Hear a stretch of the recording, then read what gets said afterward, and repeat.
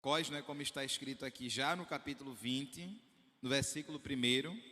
E aconteceu que, separando-nos deles, navegamos e fomos correndo o caminho direito, e chegamos a Cós, e no dia seguinte a Rodes, de onde passamos a Pátara. Então temos 3 lugares aqui.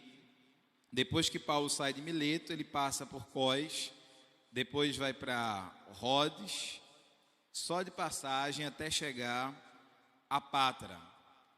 E lá em Pátara, que era uma cidade costeira, aproxima-se um navio que estava rumando para a Fenícia, mais especificamente a cidade de Tiro. E aí Paulo embarca naquele navio e ruma para Tiro. É muito interessante que durante essas leituras, nós estamos falando sobre a terceira viagem missionária do apóstolo Paulo, vocês possam ver a imagem do mapa e observar as cidades por onde o apóstolo Paulo vai passando. Não é difícil encontrar isso. Em qualquer Bíblia de estudo, vocês têm esse mapa aí. Se não tiver uma Bíblia de estudo, é só colocar a terceira viagem missionária do apóstolo Paulo e clicar em imagens, que vai aparecer uma imagem parecida com essa aqui, que é onde tem demarcadas as cidades por onde o apóstolo Paulo vai passando, para que além da leitura, a gente possa também ver a imagem, ver por onde ele vai fazendo o seu trajeto. Mas eu quero destacar algumas coisas aqui nesse capítulo 21. A primeira delas, essa que está no versículo de número 4, tá? Tem outro microfone que funciona?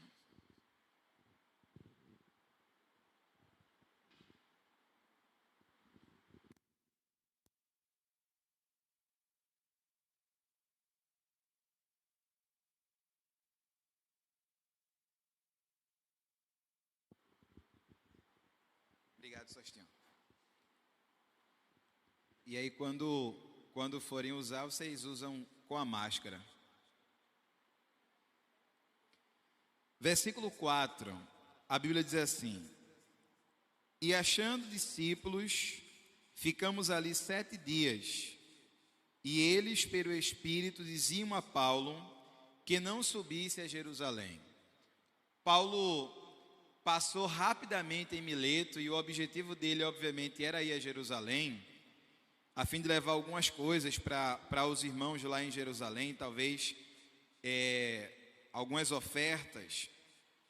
E o apóstolo Paulo estava com pressa, porque ele sabia que ele queria chegar em Jerusalém por ocasião da festa que aconteceria lá. Só que, como diz no capítulo 20, o Espírito Santo do Senhor ia avisando a Paulo de cidade em cidade aquilo que ele haveria de enfrentar.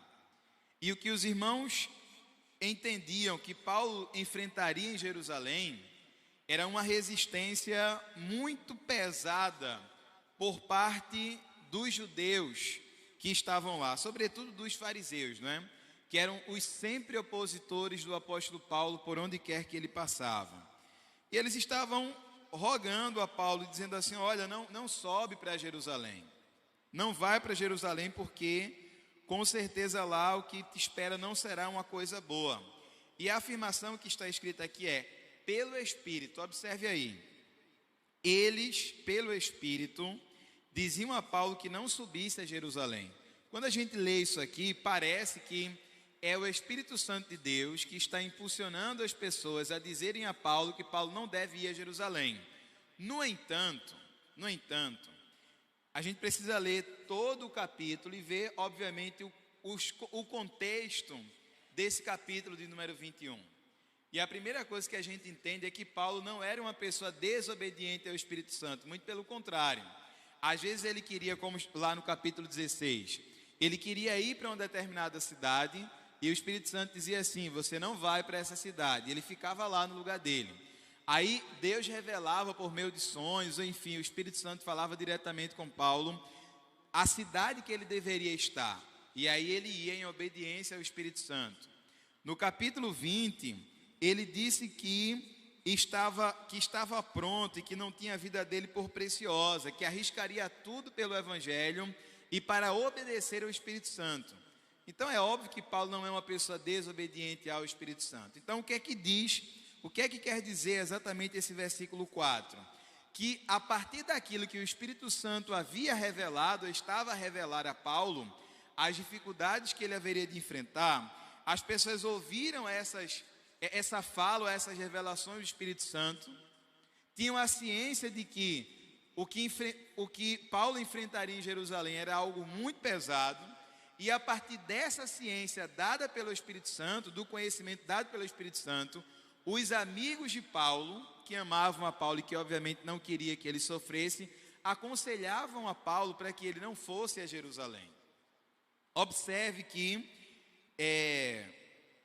eles estão aqui, se colocam de joelho, versículo 5, eles se colocam de joelhos, eles oram a Deus na praia, e Paulo vai seguindo a sua viagem, e até chegar a Cesareia. Ele já saiu de Tiro,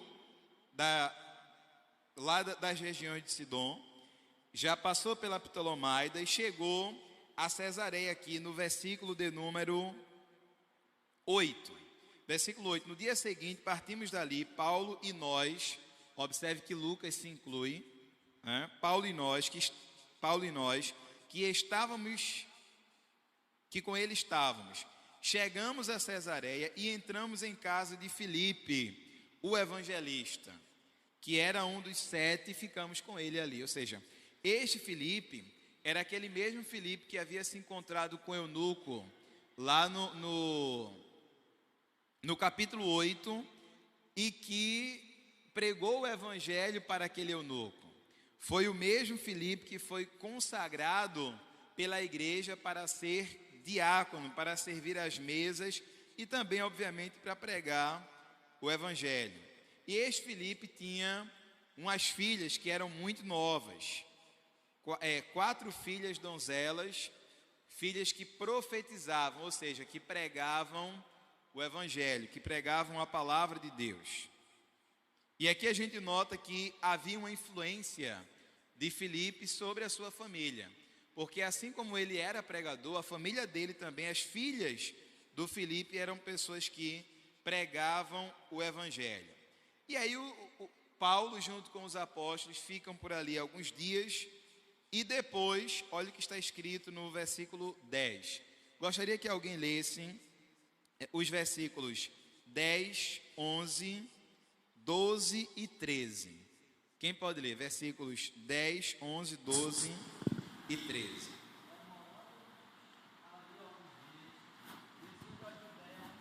O nosso irmão Iranildo vai ler, por favor. Demorando-nos ali alguns dias, desceu da Judéia um profeta chamado Ágabo, e vindo ter conosco, tomando o cinto de Paulo, ligando com ele os próprios pés e mãos, declarou: isto diz o Espírito Santo, assim os judeus em Jerusalém farão ao dono deste cinto e o entregarão nas mãos dos gentios. Quando ouvimos estas palavras, tanto nós como os daquele lugar rogamos a Paulo que não subisse a Jerusalém. Então ele respondeu: que fazeis chorando e quebrantando-me o coração? Pois estou pronto não só para ser preso, mas até para morrer em Jerusalém, pelo nome do Senhor Jesus. Amém. Veja a maneira como Paulo se comportava e o compromisso que ele tinha com a pregação do evangelho. Ele estava lá em Cesareia, e em Cesareia, a versão do nosso irmão Iranildo diz que desceu de Jerusalém para Cesareia. Sempre se desce de Jerusalém, porque Jerusalém é uma cidade que estava edificada sobre um monte muito alto, cerca de 800 metros acima do nível do mar. E Cesareia era uma cidade que estava próxima ao mar, não é? Era uma cidade marítima. E aí, lá em Cesareia, onde eles estavam, chega Ágabo, um profeta que estava lá em Jerusalém, que veio de Jerusalém, tá? E chega no próprio Paulo, pega o cordão da sua cintura, o cinto de Paulo, amarra as suas mãos, liga as suas mãos aos seus pés e diz assim: assim farão, e fala em terceira pessoa, né? Paulo estava ali, mas ele falou em terceira pessoa. Assim farão ao dono dessa cinta em Jerusalém. Aquele que é dono dessa cinta será ligado ou preso pelos judeus em Jerusalém, e ele será entregue nas mãos dos gentios. Então vejam, os judeus vão prender a Paulo, Ágabo está dizendo, e depois vão entregá-lo nas mãos dos gentios, que a gente sabe que eram os romanos, não é? Que era quem dominava aquela região de Jerusalém nessa época do apóstolo Paulo. E aí, depois dessa profecia do profeta Ágabo, o pessoal, mais uma vez, e agora com muito mais clareza, porque era notório que haveria de acontecer ao apóstolo Paulo, começaram a rogar, não é simplesmente pedir, a rogar que Paulo não subisse para Jerusalém. E certamente a maneira como eles rogavam, com insistência, dizendo: Paulo não sobe, Paulo dá uma resposta, ele precisa dar uma resposta. E a resposta de Paulo está no versículo 13: olha, o que é que vocês estão fazendo? Vocês estão me magoando, vocês estão machucando meu coração. Por acaso eu não sei ou eu não sabia o que me espera em Jerusalém? Por acaso Deus já não me tinha dito o que é que vai acontecer comigo? Isso que o Ágabo acabou de falar é só uma confirmação daquilo que eu já sei que vai acontecer. Mas eu estou pronto, eu estou disposto a subir até Jerusalém. E não só a ser preso, não só a ser ligado, mas ainda a morrer em Jerusalém, pelo nome do Senhor. Então não adianta colocar como desculpas, vocês colocarem como desculpa que eu vou ser preso, eu já sei disso. Eu estou pronto não apenas a ser preso, mas ainda a morrer em Jerusalém, pelo nome do Senhor. Então vejam que ele não estava pronto para ir a Jerusalém por uma causa própria, mas era para fazer a obra de Deus que ele sabia que deveria fazer em Jerusalém. Era para pregar o evangelho que ele pretendia pregar em Jerusalém. Era para fazer a vontade de Deus. E ele estava pronto para isso. Os irmãos estavam rogando. O Ágabo, quando veio e falou que ele seria preso, estava dizendo só que ele seria preso. Não estava dizendo: não sobe Paulo para Jerusalém. Ou Deus está dizendo que não era isso. E talvez para alguns irmãos dos que ali estavam, essa coisa de Paulo ser avisado sobre prisão em outra cidade era uma coisa nova. Mas para Paulo, e certamente para os que o acompanhavam, incluindo o próprio Lucas, isso era habitual. Porque Paulo disse no capítulo 20 que o Espírito Santo ia revelando a ele de cidade em cidade aquilo que haveria de acontecer. E o que foi que aconteceu? Ele já tinha sido preso, já tinha sido apedrejado, ele já tinha sido perseguido, já tinha enfrentado um monte de coisas. E sempre que ele ia passar, o Espírito Santo avisava. Mas isso não significava dizer que ele não deveria ir. Então, da mesma forma foi aqui no caso de Jerusalém. Ele disse: estou pronto não só a ser preso em Jerusalém, mas para morrer em Jerusalém pelo nome do Senhor. No versículo 14 está escrito: e como, olha Lucas e os irmãos, como eles procederam aqui depois da fala de Paulo. E como não podíamos convencê-lo, nos aquietamos, dizendo: faça-se a tua vontade, Paulo. Foi isso? Não, não é? Está escrito aí: faça-se a vontade do Senhor. Eu acho, pelo menos se fosse eu, se hoje alguém chegasse para mim e dissesse assim: mas não vai para aquele lugar ali não, porque você vai morrer, eu acho que eu não iria, a não ser que eu tivesse uma firmeza muito grande de que de fato Deus estava me encaminhando para ali para morrer e depois ir para o céu, né? Mas não é normal que alguém saiba que vai morrer em um determinado lugar e essa pessoa, mesmo sabendo disso, vá para aquele lugar. A não ser que haja algo muito mais importante do que a vida dele mesmo para ser realizado naquele lugar. E era o que acontecia com o apóstolo Paulo. Mais uma vez eu lembro aquilo que ele falou no versículo de número 24 do capítulo 20. Em nada, versículo 24 do capítulo 20. Em nada tenho a minha vida por preciosa, contanto que cumpra com alegria a carreira e o ministério que recebi do Senhor para dar testemunho do evangelho da graça de Deus. Então ele estava disposto a morrer, a entregar a sua própria vida, porque ela pertencia a Deus. Então, os apóstolos que estavam com Paulo, os crentes que estavam com Paulo, se aquietaram e disseram: faça-se a vontade do Senhor. Versículo 15: depois daqueles dias, havendo feito os nossos preparativos, saíram de Cesareia e subiram para Jerusalém. Quando chegaram lá em Jerusalém, obviamente que Paulo foi preso, né? O Espírito Santo já tinha dito que ele seria preso. Mas como foi que se deu esta prisão? Eu vou explicar como se deu essa prisão, e na próxima aula, que é o capítulo 22, será explicada a vocês a defesa que Paulo fez lá em Jerusalém contra os seus adversários, tá? Como foi que aconteceu essa prisão? Ele chegou lá em Jerusalém, foi direto para a igreja que estava firmada lá em Jerusalém. Já havia de fato uma igreja em Jerusalém, uma instituição em Jerusalém, e ele cultuou com os irmãos, glorificaram a Deus. No outro dia ele foi se encontrar com o líder daquela igreja, que não era nenhum dos apóstolos. Provavelmente os apóstolos já tinham sido dispersos de Jerusalém para irem pregar o evangelho em outro lugar. E quem liderava a igreja de Jerusalém naquele momento era Tiago, certamente aquele que era meio-irmão de Jesus.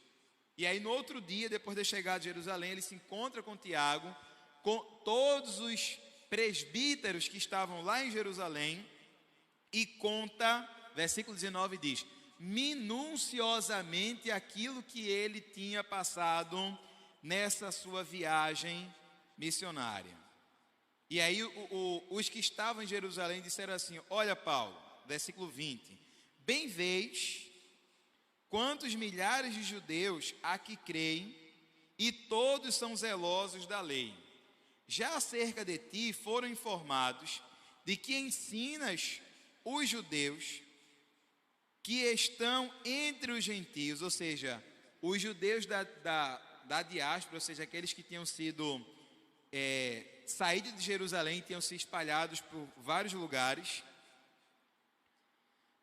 Pessoal, os judeus zelosos daqui estão sabendo que você conversou com esses que estão fora de Jerusalém e disse que eles deveriam se apartar daquilo que Moisés tinha dito, que era uma mentira. Porque Paulo não desdizia Moisés, pelo contrário, Paulo mostrava a verdade daquilo que Moisés havia pregado e dizia às pessoas que aquilo que Moisés tinha dito era para ser feito. E aquilo que Moisés havia falado a respeito daquele que viria, Jesus Cristo, Jesus já tinha vindo.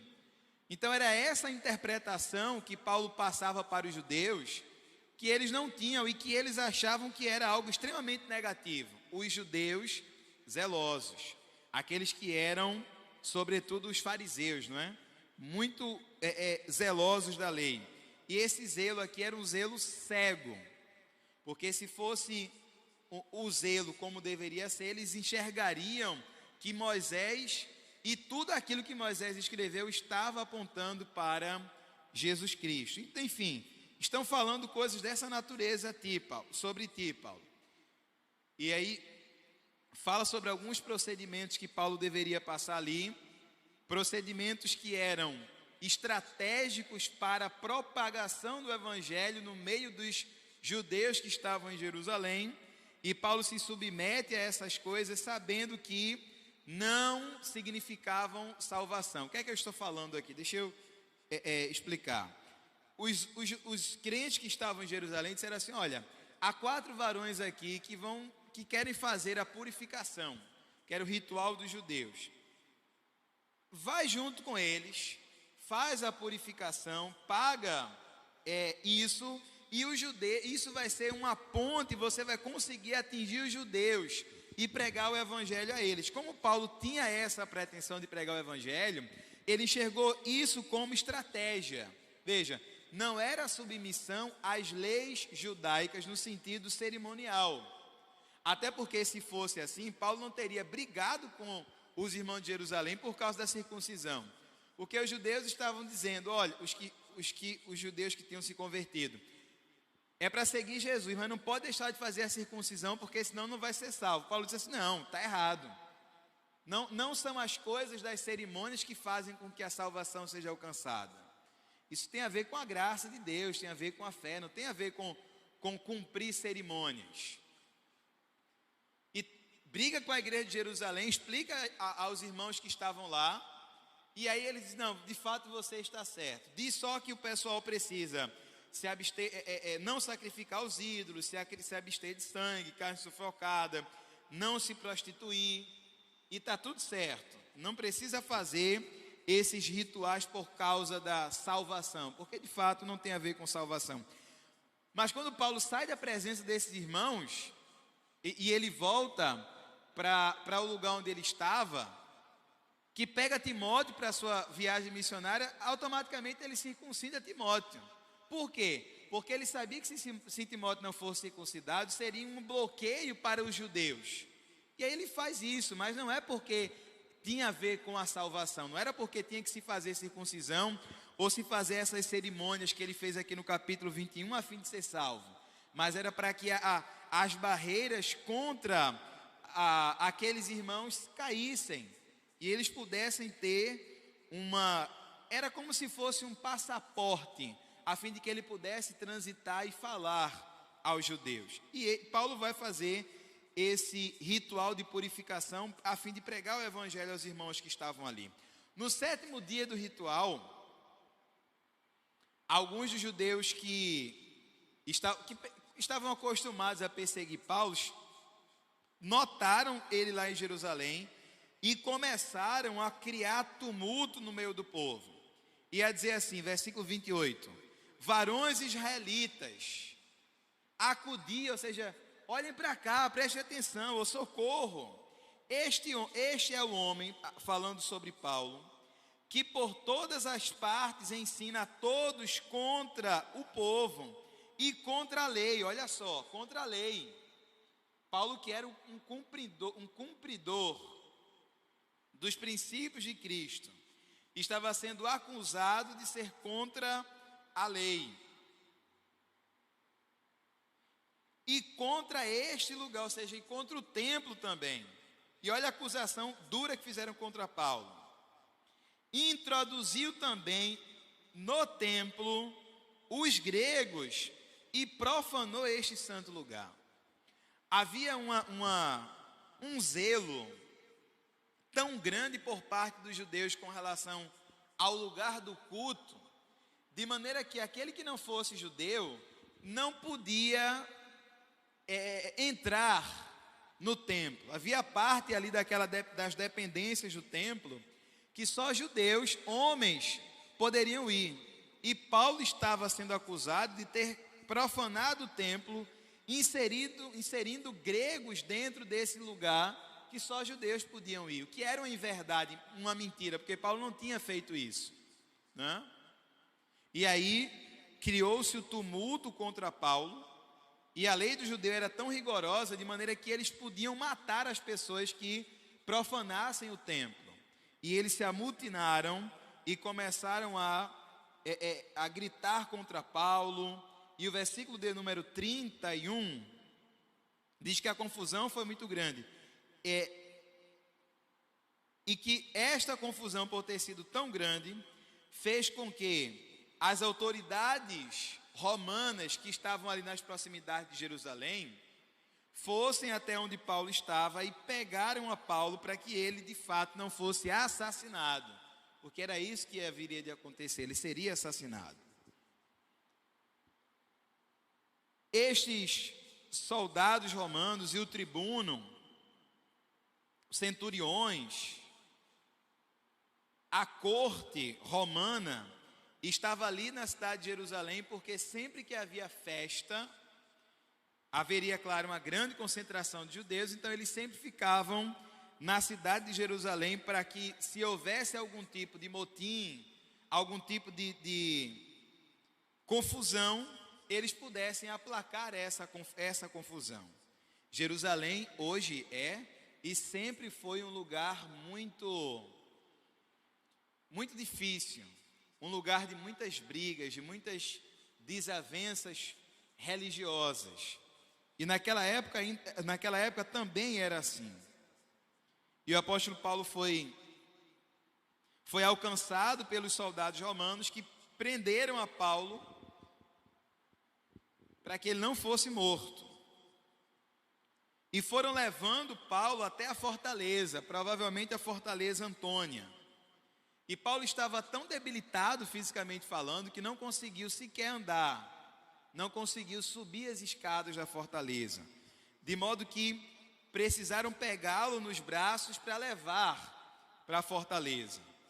A multidão continuava gritando e dizendo assim: mata-o, mata-o, queriam matar o apóstolo Paulo.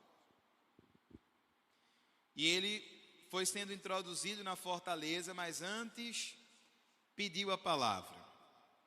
Nas escadas daquela fortaleza, ele se colocou de pé e estendeu a mão. E ao estender a mão, veja que coisa interessante. O povo que estava gritando, e muitos deles não sabiam nem o que estava acontecendo ali, parou para ouvir o apóstolo Paulo. E o discurso que ele faz está no capítulo 22, que é o assunto da nossa próxima aula. Amém? Eu tentei ser o mais breve possível, até pulei aqui algumas aplicações, porque eu sei que hoje é domingo e as irmãs, sobretudo, precisam organizar as coisas para o almoço que está chegando. Então, no domingo que vem, vamos ver o capítulo 22 do livro de Atos dos Apóstolos. Mas sei que foi muito rápido, mas vocês, se quiserem fazer algum comentário, alguma pergunta, nosso professor Sóstenes.